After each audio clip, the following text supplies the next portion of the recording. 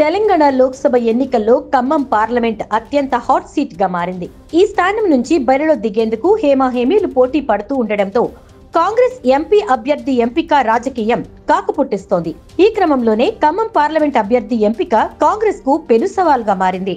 తమ వారికి సీట్ కోసం ముఖ్య నాయకులు ఢీ కొట్టడంతో రాజకీయ అంతర్యుద్ధానికి దారితీస్తోంది.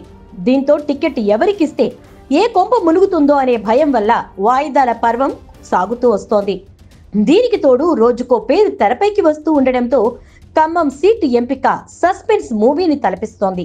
ఇప్పటికే తెలంగాణ డిప్యూటీ సీఎం బట్టి విక్రమార్క తన భార్య నందినికి, మంత్రి పొంగులేటి శ్రీనివాసరెడ్డి తన తమ్ముడు ప్రసాద్ రెడ్డికి, మరో మంత్రి తుమ్మల నాగేశ్వరరావు తన కుమారుడు యుగేందర్ కు టికెట్ ఇప్పించుకునేందుకు తీవ్రంగా ప్రయత్నిస్తున్నారు. వీరితో పాటు తొలితరం కాంగ్రెస్ నాయకుడు ఆర్ సురేందర్ రెడ్డి కుమారుడు రఘురామిరెడ్డి, మండవ వెంకటేశ్వరరావుల పేర్లు కూడా ప్రచారంలో ఉన్నాయి. ఖమ్మంలో జిల్లా స్థాయి నాయకులు ఈ టికెట్ కోసం పోటీ పడుతున్నారు. ఇంతలో మరో కొత్త పేరు తెరపైకొచ్చింది. ఇదే జిల్లాకు చెందిన రాయల నాగేశ్వరరావు పేరును కొందరు ప్రతిపాదించినట్లు తెలిసింది. ఇటీవల తెలంగాణ ప్రభుత్వం ఆయన్ను గిడ్డంగుల సంస్థ చైర్మన్ గా నియమించింది. ఎన్నికల కోడ్ అమల్లోకి రావడం వల్ల రాయల నాగేశ్వరరావు ఇంకా బాధ్యతలు తీసుకోలేదు. ఈ స్థానానికి తీవ్ర పోటీ నెలకొని పేరు ప్రకటించడంలో జాప్యం జరుగుతున్న నేపథ్యంలో తాజాగా కొందరు ఆ పేరును తెరపైకి తెచ్చినట్లు తెలిసింది. ఈ క్రమంలో 2 రోజులుగా ఖమ్మం అభ్యర్థిపై కాంగ్రెస్ ముఖ్య నేతల మధ్య తీవ్ర స్థాయిలో చర్చలు జరుగుతున్నాయి.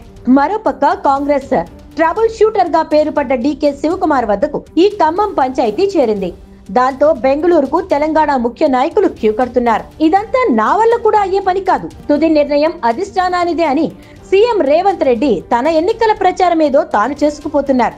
ఈ రోజు కానీ లేదా రేపు కానీ ఫైనల్ అవ్వబోయే ఖమ్మం టికెట్ ఎవరికి దక్కనుందో అనే ఉత్కంఠ అందరిలో నెలకొంది.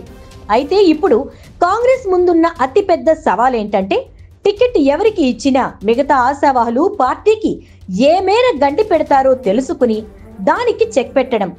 కాంగ్రెస్ అంటేనే గ్రూపు రాజకీయాలకు పెట్టింది పేరు. అంతా కలిసికట్టుగా పనిచేసే వాతావరణం అస్సలు ఉండనే ఉండదు. పైగా ఖమ్మంలో కాంగ్రెస్ గెలిచే ఛాన్స్ ఉంది. అది చేజేతులా పోగొట్టుకుంటామేమో అనే భయం కాంగ్రెస్ అధిష్టానాన్ని వెంటాడుతోంది. అందుకే ఇన్ని రోజులు అభ్యర్థిని ప్రకటించడానికి జంకింది కాంగ్రెస్. మరి రేపో మాపో ఖమ్మం క్యాండిడేట్ ఫైనల్ అవ్వబోతున్నారు. ఆ తర్వాత నుండి కాంగ్రెస్ మార్క్ అసలు సిసలు రాజకీయాలు చూడబోతున్నారు అని రాజకీయ నిపుణులు చెప్తున్నారు.